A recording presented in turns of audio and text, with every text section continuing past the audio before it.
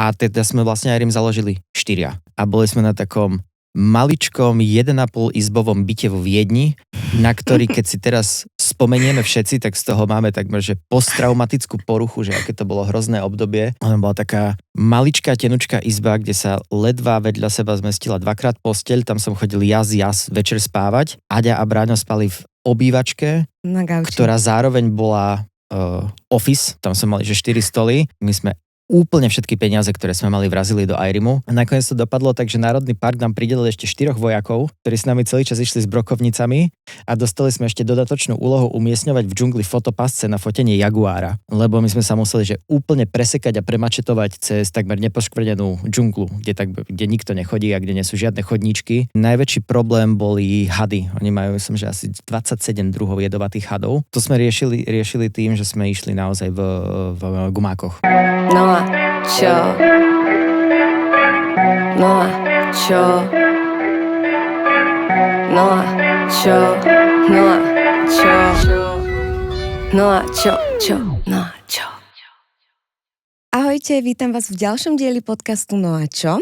Dnes tak trošku nezvyčajne. Mám na sebe slnečné okuliare, pretože tu mám hostia, ktorý je spoluzakladateľom značky Irem a vášnivým cestovateľom. Som veľmi rada, že k nám do štúdia prijal pozvanie Martin Zahuranec. Ahoj.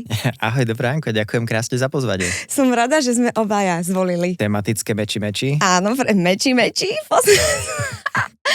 Som veľmi rada, že si sem prišiel k nám. Mám momentálne na sebe okuliare, ktoré poznáš? Vieš, mám síce profesionálnu deformáciu, že skenujem všetkých ľudí vždy v spoločnosti a na uliciach a snažím sa zistiť, že aké sú, ale musím sa priznať, že tvoje nerozpoznávam. OK. Ja som si dala okuliare, ktoré som mala teraz nedávno vo videoklipe Mamacita. Aha. Neviem, či si zaznamenal, ale my sme tam mali vaše okuliarky. No tak to som teda sa spoliehal na to, že z Iremu určite budú. Áno, a ja som veľmi sa zžila s týmito. Sú naozaj krásne. Akože určite to je aj reklama, ale ja som veľmi spokojná, takže keď som s niečím spokojná, tak to proste nosím. Ale teraz si to dám už dole z očí, pretože sa chcem úprimne rozprávať. Ja to mám rada, ak nemám na očiach okuliare, keď vediem debatu. Takže Maťo. Tak idem ťa teda nasledovať. Nie, prepáč. Ja mám doma alebo v okolí veľa Martinov, ktorým hovorím Maťo.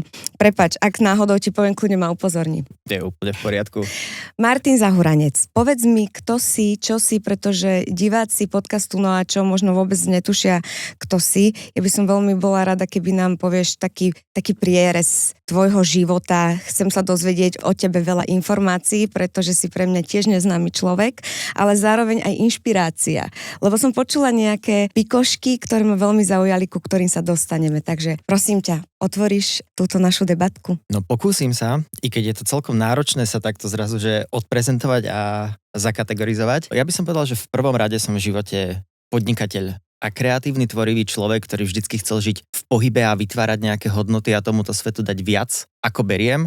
Ale zároveň som vždycky chcel robiť veci nekonvenčne a mám problém s autoritami a chcem si robiť svoje vlastné pravidlá a vyskladať nielen život, ale aj podnikanie tak, ako to vyhovuje mne. Takže som vlastne spoluzakladateľ a co-CEO značky Irem, ktorú ťaháme v tomto momente už 11 rokov. 11 rokov. A sme vlastne online optika. Začali sme tým, že sme prepredávali slnečné okuliare a všetkými možnými zatáčkami a zamávaním motýlych krídel a tak ďalej sme sa vlastne pretransformovali k tomu, že dnes už viacej robíme tie dioptrické okuliare. Máme už 4 pobočky po Československu a vlastne snažíme sa ľuďom ukázať to, že okuliare sa dajú kúpiť online. Nie len tie slnečné, ale aj tie dioptrické. A vychádzame vlastne z toho, že videnie alebo zrak si zaslúži každý a malo by to byť intuitívne a malo by to byť dostupné. A keď človek potrebuje nové okuliare, tak to pre neho nie je úplný headache s tým, že zase niekam musím ísť a všetky tieto slovíčka ako cylindre a sféry a poťahy a podobne, ale že chceme to urobiť hravé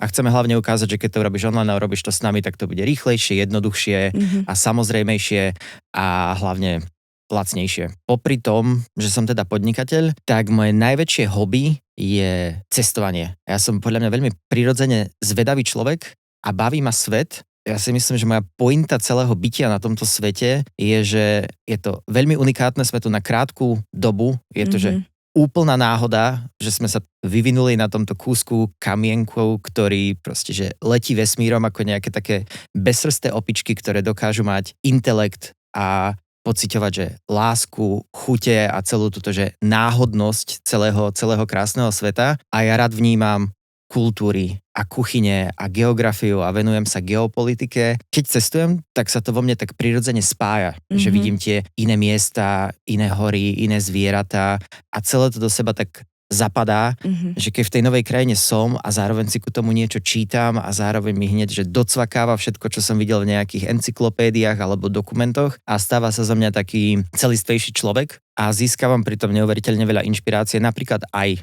čo sa týka, že podnikania. Takže tam si tiež nabral inšpiráciu v rôznych krajinách v rámci podnikania. Super.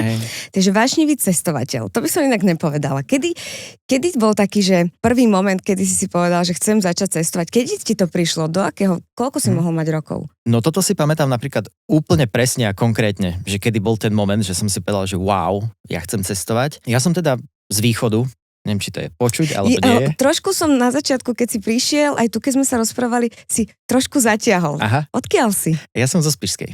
Zo Spišskej okay. Novej Vsi. Kedy si sa vlastne presťahoval odtiaľ? No, ja som tam chodil na Gimpel a v 18 som sa rozhodol s kámošmi, že chceme študovať do Viedne. Že nechceme ísť to tako, že slovenskou, nazvime to bezpečnou cestou na nejakú akože električkovú ekonomickú školu a že zároveň nechceme byť nejakí geeky ajťáci, tak sme si vybrali univerzitu vo Viedni. Prečo Viedeň? Vedel si nemecky? Ja som poriadne aj nevedel nemecky. Bol som vysoko presvedčený o tom, že keď sa mi podarilo po 2 rokoch zintenzívňovania svojej nemčiny zmaturovať na tému Die Familie na jednotku, takže tá univerzita vo Viedni bude v pohode. A potom som tam naklúsal a moja hneď prvá skúška na univerzite sa volala, že Betriebsanlage Genehmigungsverfahren. To je, že to je jedno slovo. A to je, že proces toho, ako ti štát schváli to, aby si mohol mať že prevádzku svojho biznisu alebo niečo také. Okay. Dobre. Takáto univerzita tam je? Áno, áno. To je, že hospodárska univerzita vo Viedni. Wirtschaftsuniversität. Vlastne to kurikulum je také, že polovica je hardcore ekonomika, čo sú tiež veci, ktoré ma veľmi bavili, že ponuky, dopyty, štatistiky, makroekonómia, ale veľmi sa snažili, aby tá druhá polovica školy bola skôr taká viacej Ivy League, americká, na nejaké že case studies a veľa sme kecali s ľuďmi z veľkých nadnárodných firiem, či už z Ciska, Henkelu a tak ďalej, o tom, ako launchovali nejaké produkty v nejakých krajinách. Tam ma začalo veľmi baviť napríklad, že cultural studies alebo medzinárodný biznis, že aj tie veci o tom, ako iné krajiny alebo regióny na svete majú inú percepciu osobného priestoru alebo času, alebo že nehnevaj sa na Mexičana, keď ti meška na meeting, alebo pochop tomu, že keď pracuješ v Japonsku, tak nemôžeš robiť rozhodnutie a všetci ťa budú nasledovať, ale že to musíš robiť viacej takto, že kolektívne, aby tam bola nejaká harmónia. Takže ty si dosť naštudovaný akože v rámci tohto.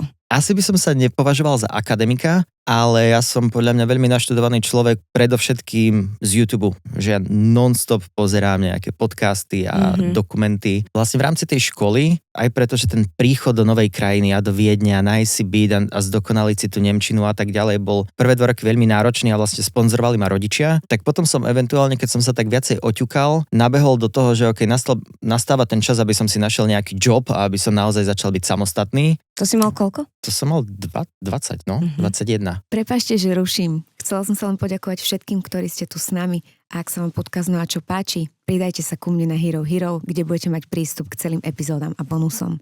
Príjemné pozeranie. Lebo si predstavujem aj ja, kde som bola v tom veku, kedy ty už si bol na univerzite a ja som akože bola síce po Superstar, už som koncertovala, ale ja som úplne videla veci, ja som chcela rodinu, vieš, ja som bola 20-ročná a som tam úplne myslela na iné veci.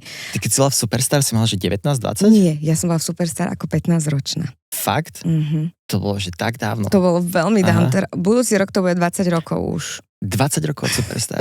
To si teraz prípadám neuveriteľne starý, ale ja si pamätám na to obdobie, keď som bol na Gimply a doma v Spišskej sa pozerali, že Superstar aj tá prvá, druhá, tretia úplný, že takže si ma Ošia, pamätáš? Mirovia Jarošovia, Zdenky Predné a tak ďalej, najmä tá prvá, to sa celé Slovensko posílalo SMS-ky. A ja, ja takisto. Takže poznáš ma. Ty si ma vlastne takto poznal, alebo si ma pamätáš, alebo vieš o mne v rámci tohto showbiznisu? Asi sa mi tvoje meno asociuje s tou Superstar, ale zároveň zároveň odkedy som odišiel do tej Viedne a potom, veď k tomu sa dostanem, som, že dlho žil v zahraničí, tak ja som vypadol zo všetkých týchto nejakých slovenských Instagramovo, celebritno, speváckých vecí, že potom, keď som sa vrátil naspäť, tak som sa tak začal zase briefovať na to, že čo sa tu deje a kto čo robí. Hľadal som si teda job a celý môj život funguje tak, že ja som narodený pod nejakou zvláštnou, šťastnou, zvedavou hviezdou. Nič, čo sa mne deje, nie je nejakým spôsobom, že normálne, alebo tradičné, alebo konvenčné a mám v sebe ako keby magnet na priťahovanie nejakých bizarných, surreálnych situácií. A mne sa Môžeme stalo si podať ruky? Pretože ja som sa zlakla, že som jediná v živote, ktorej sa toto deje. Tak môžeme potom aj ty porozprávať o nejakých týchto, že ja najprv si potrebujem osudu. Áno, ja si potrebujem vypočuť iné príbehy, aby som si ešte viacej vydýchla. Poď mi prosím ťa povedať. No a hľadal som si teda ten svoj, že prvý job v mojom živote. A myslel som si, že to možno bude nejaká stáž vo Viedni v nejakej marketingovej firme, alebo som dúfal, že by sa mi podarilo dostať sa do tých, vieš, že vo svete ekonómov prestížnych konzultačných firiem ako nejaký Ernst & Young alebo možno dokonca, vieš, McKinsey. A ja som si našiel job, že sa to volalo iba, že práca v Ázii. A ja, že OK, som sa tam prihlásil a prišlo sa na to, že to bol taký veľký nemecký investičný fond, ktorý sa snažil vybudovať obrovský e-shop pre celú juhovýchodnú Áziu a nafundraizovali strašne veľa peňazí od investorov, proste niekoľko 100 miliónov a idea bola, že poďme urobiť kópiu Amazonu pre Áziu, predtým, ako tam Amazon z Ameriky príde, že my budeme prví, predbehneme ich a potom to možno Amazon vlastne kúpi. To sú ale veľké veci. Aha. To si takto trúfal? Ja som sa prihlásil a chalani boli v štádiu, že firmu tam poriadne nemali ani založenú, ešte nevymysleli, ako sa to bude volať, čiže to vyzeralo úplne shady, že kto ma volá proste, že pracovať do Ázie s tým, že nevedia povedať, ako sa volá firma a nevedia mi poriadne dať kontrakt. Zároveň mi nevedeli povedať, že v ktorej krajine. Že my sa ešte stále rozhodujeme, to môže byť nejaká, že Indonézia, bla bla bla, a ja, že OK, ale páči sa mi to, je to žiadny challenge, že kedy by som mal prísť. A to si pamätám na tú vetu, čo mi povedal ten typek na tom pohovore, že včera bolo neskoro. A ja tak OK. Samozrejme som na to nemal peniaze, tak som volal ešte s malou dušičkou ockovi, že počuj, si presne pamätám, že tá letenka do Vietnamu stála 700 eur, či mi požičia. A to bol taký veľmi pekný moment, lebo z mojej skúsenosti slovenskí rodičia majú skôr takú tendenciu, že čo vymýšľaš, nájdi si normálny job a podobne. A mňa moji práve že v tomto podporili, že pozri, aj keď to bude scam, tak aspoň budeš mať zážitok z toho, že si zaletel do Vietnamu a niečo sa naučíš. No ale ukázalo sa, že scam to vôbec nebol, ale to naozaj že legitímna firma, ktorá doteraz funguje. A naozaj sa to podarilo, že vytvorili vlastne kópiu Amazonu, taký obchod pre všetko, pre celú juhovýchodnú Áziu. Potom neskôr ich kúpila čínska Alibaba, takže vlastne akože patria teraz už dnes pod celý tento konglomerát. No a ty si bol tohto súčasťou?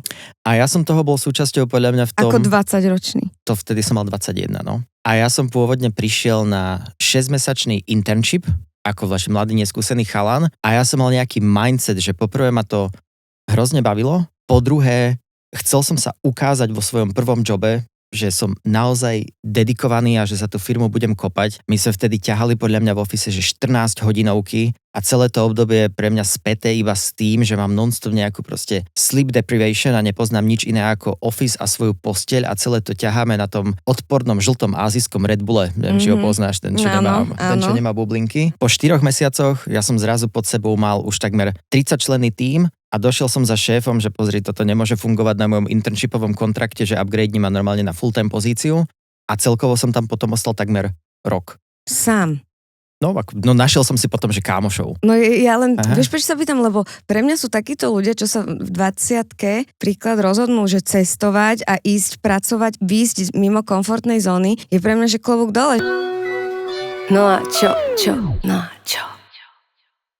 Ako 17-ročná som dostala raz ponuku, že, lebo ja som po Superstar veľa aj brigádovala, lebo som si to chcela vyskúšať aj tým, že som bola známa, proste chcela som. A raz som dostala ponuku robiť animátorku v nejakej inej krajine. OK, v nejakom, že Egypte tlieskať v bazéne. Áno, a tuším, že to bol aj Egypt. Hurgada. A ja som chcela, a neviem prečo, chcela som si to vyskúšať. Aha. A vtedy mi mamina povedala, že nie, ty musíš proste doštudovať, chcela, aby som išla aj na vysokú, čo aj rozumiem, potom zostala tehotná, chápeš, že ja som si vlastne zatvorila vtedy dvere pred takýmto cestovaním a možno kariérou niekde v zahraničí. Ja som dostala ponuku aj spievať do Miami napríklad s nejakou huslistkou a DJ-kou. Vždy som sa cítila lepšie v tej tam doma, tá komfortná zóna. Že toto akože klobúk dole, že musíš mať podľa mňa takú gúráž trošku. Určite, ale tak to podobne máš aj ty, že aj keď sa ti to asi nespája so zahraničím, tak aj ty musíš mať, že guráž a veľmi špecifickú osobnosť, že vychádzať stále na stage a niečo tvoriť a nehambiť sa a tak ďalej. A fejsovať celé tieto proste, že média, bulvár a podobne.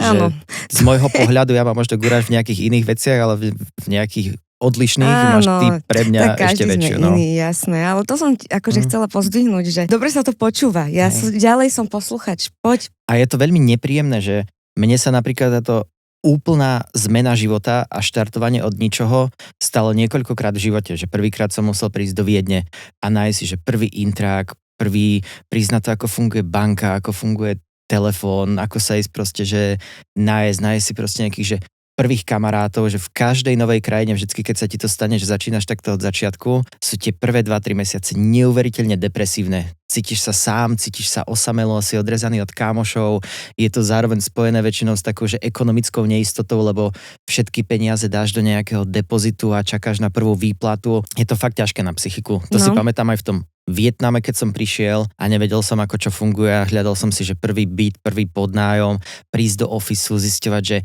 akí budú kolegovia, budú tu na mňa dobrí, bude sa mi tu páčiť a tak ďalej. Po tých 8 mesiacoch, čo som pracoval vo Vietname, tak som sa cez nejaké kontakty, nejakí bývalí kolegovia ma nahajrovali pracovať v Malajzii a to bolo opäť to isté, že prísť do Kuala Lumpuru, nová krajina, nové podnebie, nové systémy, nový dopravný systém a podobne, čiže opäť nový office, nový job, nový kontrakt, vytvoriť si ten social circle. Tam som potom ostal 14 mesiacov. Kuala Lumpur bol pre mňa asi, že ten zlomový moment, pretože som tam stretol Jas, moju spoluzakladateľku Airimu. OK.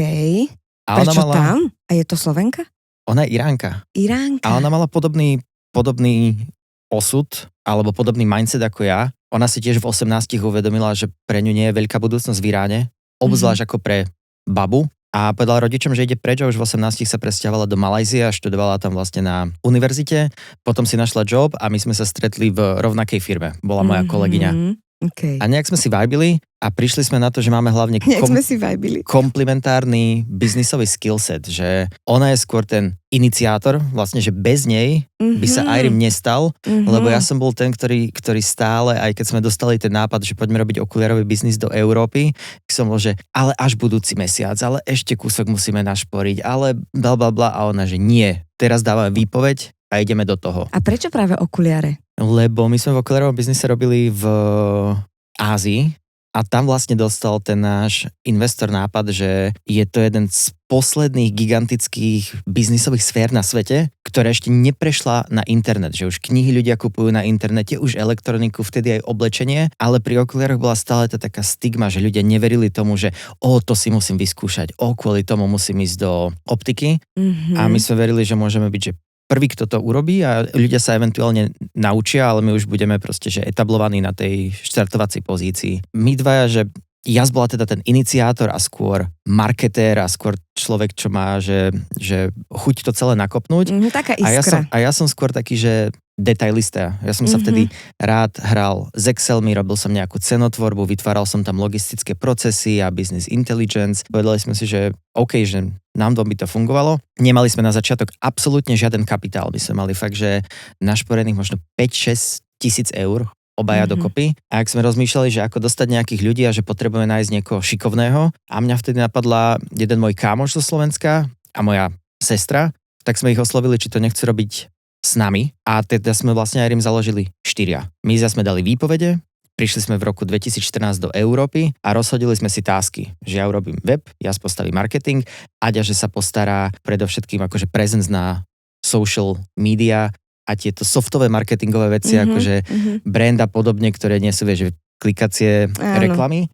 A Bráňo, že si zoberie na starosť logistiku. Takže každý ste boli na volačo. Ale pritom sme s tým nemali až tak veľa skúseností. My sme to iba nejak tak akože vymysleli, že poďme do toho a boli sme na takom maličkom 1,5 izbovom byte vo Viedni, na ktorý, keď si teraz spomenieme všetci, tak z toho máme takmer, že posttraumatickú poruchu, že aké to bolo hrozné obdobie. A že... Prečo ste vlastne, všetci ste sa stiahli a prečo Viedeň bol ten záchytný bod? Lebo ja keď som odchádzal z Viedne, tak som tam, tak vlastne, že moja sestra prišla do Viedne študovať a ja som odišiel do Ázie a ona tam medzi tým žila. Že my sme vôbec nemali nejaké iné miesto, kam ísť, že niečo, nikto z nás nikdy nežil v Bratislave a do spišskej do rodičovského bytu by sme sa asi naspäť nesťahovali všetci štyria, tak sme prišli do Viedne. V jednoizbovom bytíku, 1,5. Ona bola taká maličká, tenučká izba, kde sa ledva vedľa seba zmestila 2-krát posteľ, tam som chodil jas večer spávať. Aďa a Bráňo spali v obývačke, ktorá zároveň bola office, tam sme mali že 4 stoly a cez deň sa v jednej tej izbe makalo, všetci 4 sme tam sedeli, večer sa išlo spať, my sme úplne všetky peniaze, ktoré sme mali, vrazili do Airimu. Pamätám si na také momenty, keď sme si, že raz za týždeň v nedeľu spoločne kúpili čokoládu, nejakú Ritter Sportku a to bola, že úplná odmena, lebo to stalo, neviem, že 2,50 € a to boli, že šialené peniaze.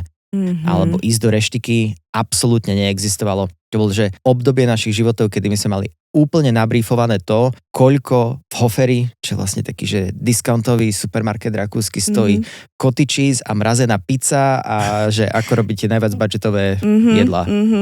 Takže ste mali presný výpočet, do akého sa musíte zmestiť každý deň? Aby ste prežili? Aha, akože výpočet nebol, iba sme vedeli, že proste musíme šetriť. Áno, jasné. Vtipné na tomto celom je, že my sme vlastne asi nikdy neplánovali ísť na Slovensku alebo byť na Slovensku.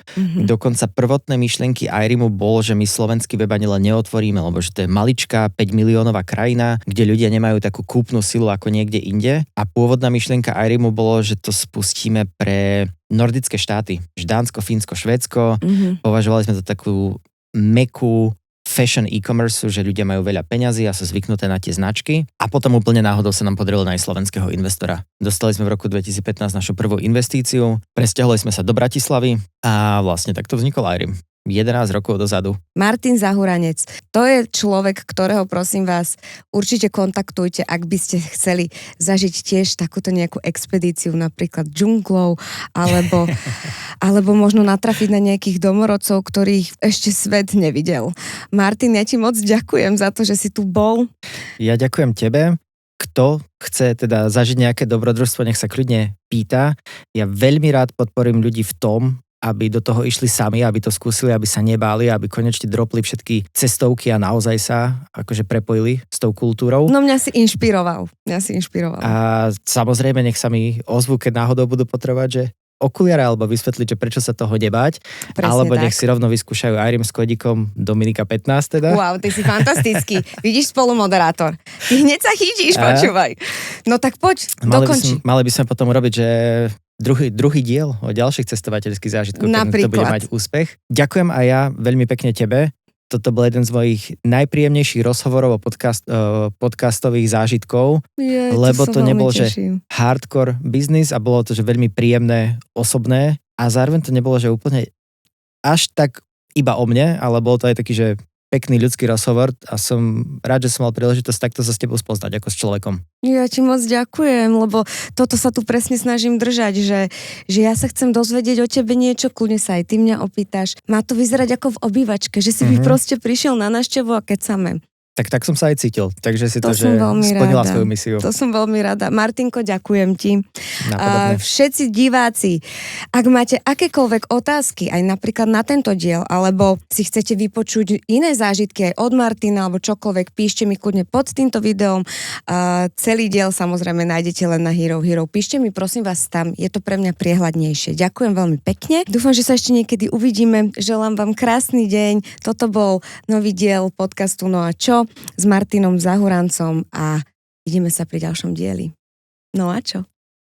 Ďakujem. A nakoniec to dopadlo tak, že Národný park nám pridelil ešte 4 vojakov, ktorí s nami celý čas išli s brokovnicami a dostali sme ešte dodatočnú úlohu umiestňovať v džungli fotopasce na fotenie jaguára, lebo my sme sa museli že úplne presekať a premačetovať cez takmer nepoškvrnenú džunglu, kde nikto nechodí a kde nie sú žiadne chodníčky. Najväčší problém boli hady. Oni majú, myslím, že asi 27 druhov jedovatých hadov. To sme riešili tým, že sme išli naozaj v gumákoch. No my sa v jednom momente zastali a naše auto kleslo úplne na podvozok a zaseklo sa vo nadmorskej výške 3700 metrov asi 60 kilometrov od najbližšej populácie, na mieste, kde neexistuje pitná voda a na mieste, kde počas dňa je 40 stupňov a počas noci môže mrznúť. Celkom nedaleko bola zaznačená, že sa nachádza nejaká jaskyňa, takže sme išli do jaskyne a spali sme celú noc v jaskyni. Bola nám hrozná zima a robili sme si v noci, že oheň z kaktusov